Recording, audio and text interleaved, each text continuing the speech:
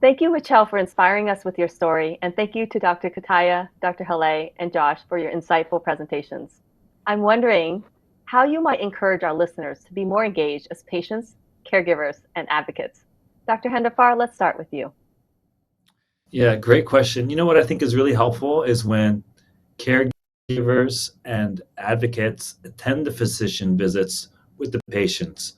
So that helps the whole team to engage as a whole and not as an individual. And that really helps bring a lot of additional information and color to the situation. Really kind of helps the teamwork. Yeah, I love that teamwork model. Thank you, Dr. Hendifar. Dr. Lee, what about you? I think all of you are already engaged by just being here today and being part of the LACNETS family. I think one additional thing, if you haven't already done so, is to fill out the Net Vitals self-assessment, which you can go on the LACNETS website.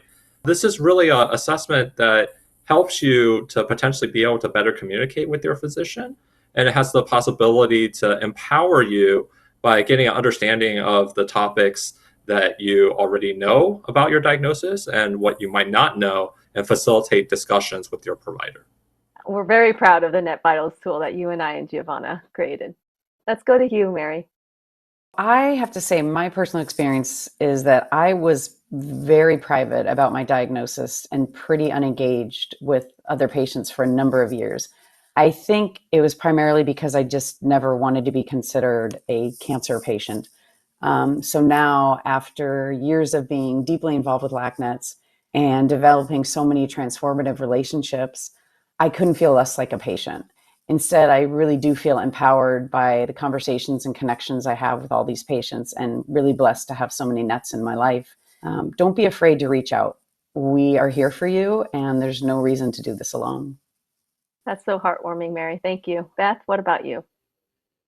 For me, engagement became a lifeline in the beginning of my diagnosis, and progressed into self-advocacy and advocacy, and they become my buoys now. And advocacy and engagement have given me support, language, connection, community.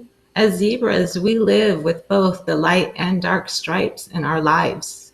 Quoting Dr. Net expert, Dr. Mark Lewis, there is no force in healthcare more powerful than the self-advocating patient. When we engage with each other with authentic connection, we are building bridges for ourselves and for those who will follow. That's so powerful, Beth. Thank you for sharing, all of you, your insights and your words of wisdom.